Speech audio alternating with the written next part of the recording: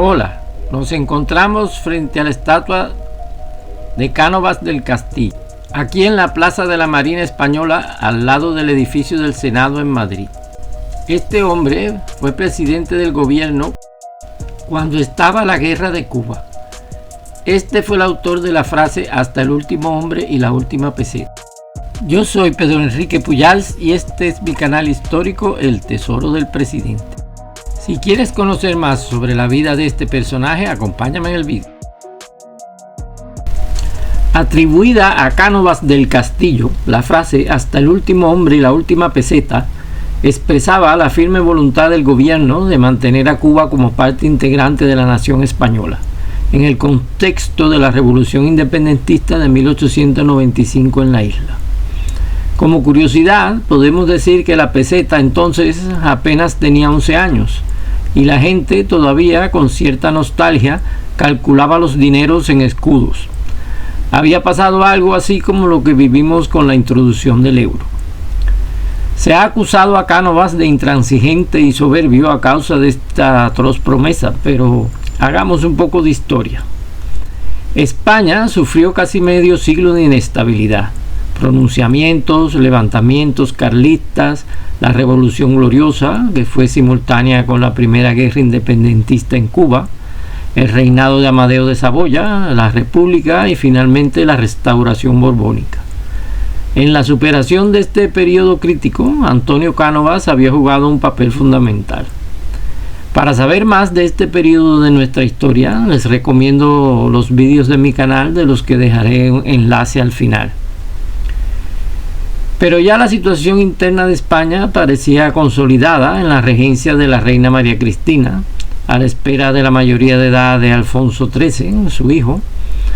Se había introducido el sufragio universal en 1890, que no había alterado en lo esencial el régimen bipartidista que propiciaba un ritmo periódico y pacífico de sucesión en la jefatura del gobierno entre conservadores y liberales, representadas por las figuras del propio Cánovas y Sagasta.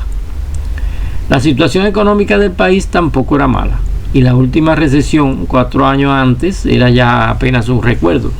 En 1897, la cuestión más urgente que preocupaba a Cánovas, el jefe de gobierno desde 1895, era la amenaza que pendía sobre las posesiones españolas de ultramar, los restos del imperio donde antaño nunca se ponía el sol. En Cuba, la principal de las provincias de ultramar, se produjo durante 10 años, desde 1868 a 1878, una auténtica guerra civil que había polarizado a la sociedad criolla entre integristas e independentistas. Estos últimos divididos a su vez entre defensores de una república de Cuba y quienes preferían la anexión a los Estados Unidos. Esta guerra había agotado la isla hasta acabar en el Pacto del Zanjón. Posteriormente, la economía cubana se había recuperado, se produjo la abolición de la esclavitud y la poderosa industria azucarera exportaba fundamentalmente a los mercados norteamericanos y europeos. Así todo, la guerra había vuelto a estallar en los campos de Cuba en 1895, instigada por José Martí, que organizó la insurrección desde los Estados Unidos, apoyándose fundamentalmente en los viejos cabecillas de la guerra anterior, Máximo Gómez, Antonio Maceo y Calixto García, que aparentemente habían logrado superar las rencillas heredadas de la derrota anterior. Mucho se ha especulado sobre las causas de esta guerra. Su principal organizador, Martí, la calificó de necesaria, aunque ya hemos visto que la situación económica estaba bastante bien, por lo que por ese lado era innecesaria.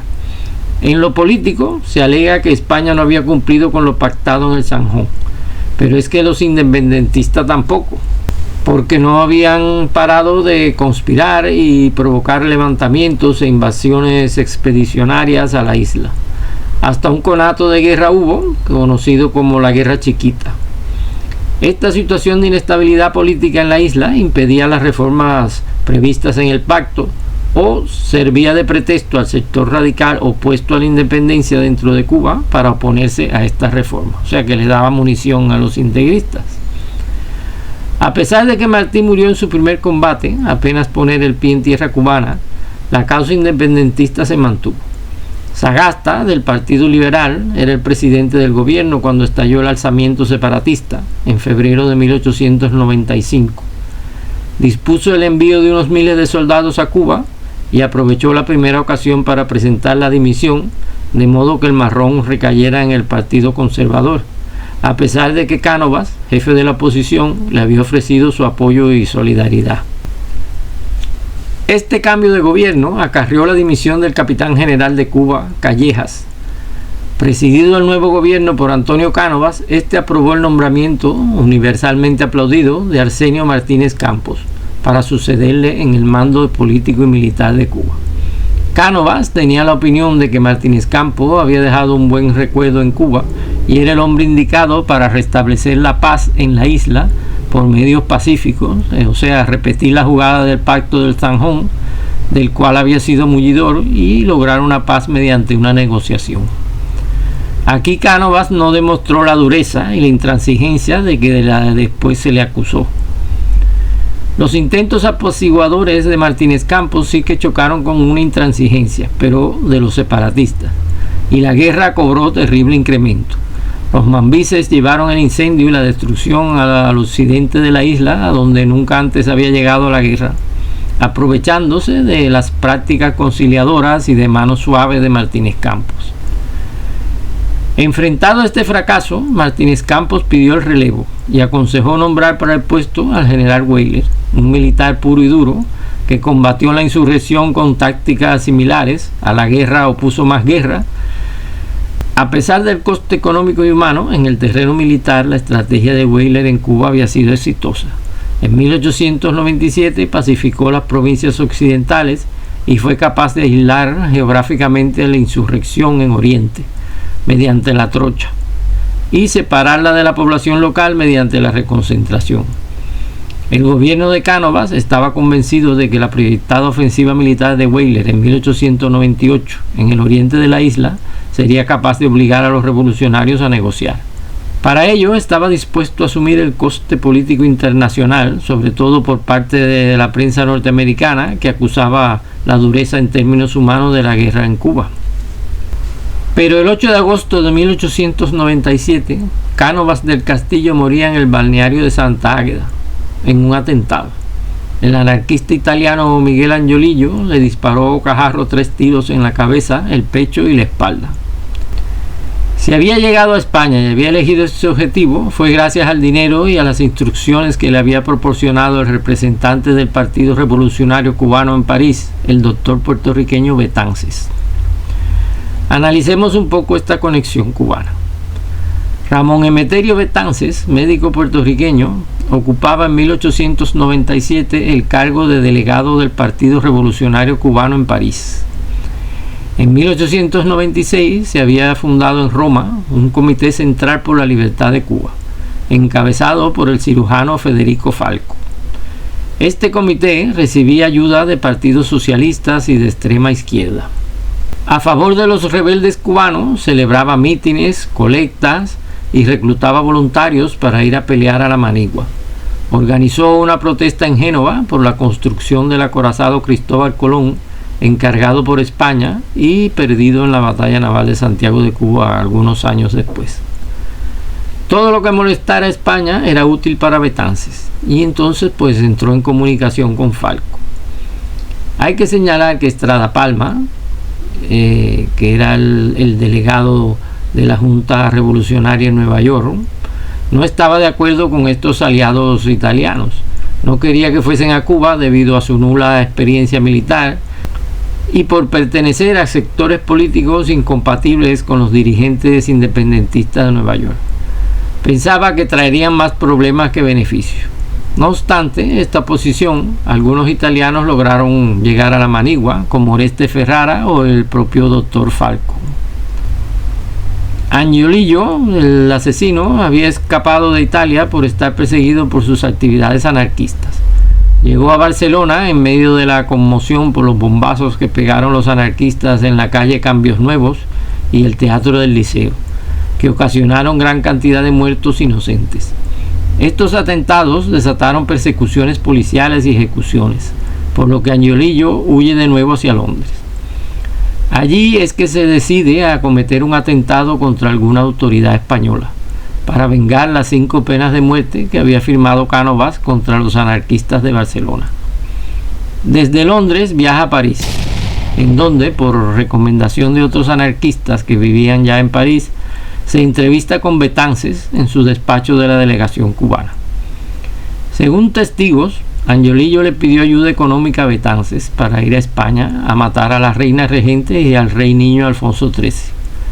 Al parecer, Betances reprobó el atentado, opinando que sería contraproducente, ya que el homicidio de una madre y su hijo repugnaría a la opinión pública, y le sugirió que el asesinato del presidente del gobierno sería más útil a la causa. Betances le entregó dinero para esta misión. Hay que señalar que estos son relatos de testigos, que tienen valor, pero no se han encontrado pruebas materiales en los archivos policiales ni en los libros de contabilidad de Betances, los cuales llevaba escrupulosamente. Pero alguien tuvo que financiar el viaje del asesino anarquista hasta Santa Águeda. Betances declaró a la prensa poco después del magnicidio que no lloramos, pero tampoco aplaudimos. Pero estas declaraciones bien podrían tener el objetivo de alejar sospechas de complicidad en el asesinato, y es lógico que borrase las pruebas si las hubo. Angiolillo fue ejecutado en el Garrote Vil, rápidamente pocos días después del atentado, y hasta el último momento declaró que actuó solo, llevándose a la tumba el secreto de un posible complot. En Cánovas, España perdió un hombre clave, importantísimo para mantener la integridad del país. Las reglas del turno constitucional exigían que la reina regente María Cristina no volviera a recurrir al Partido Conservador para formar gobierno, y pues tras la desaparición de Cánovas les tocaba el turno a Sagasta y a los liberales. Lo primero que hizo el gobierno de Sagasta fue cambiar radicalmente la política hacia Cuba. No podían permitir que Weyler, y por tanto Cánovas y el Partido Conservador, sus rivales, se llevasen los laureles de la victoria en Cuba. Weyler tenía casi ganada la guerra con la proyectada ofensiva de 1898, pero decidieron sustituirlo por el general Ramón Blanco, que inauguró su mandato con la proclamación de la autonomía y una tregua unilateral que permitió recuperarse a la vapuleada insurrección. El gobierno de Sagasta quería quedar como el vencedor del separatismo, por medios pacíficos.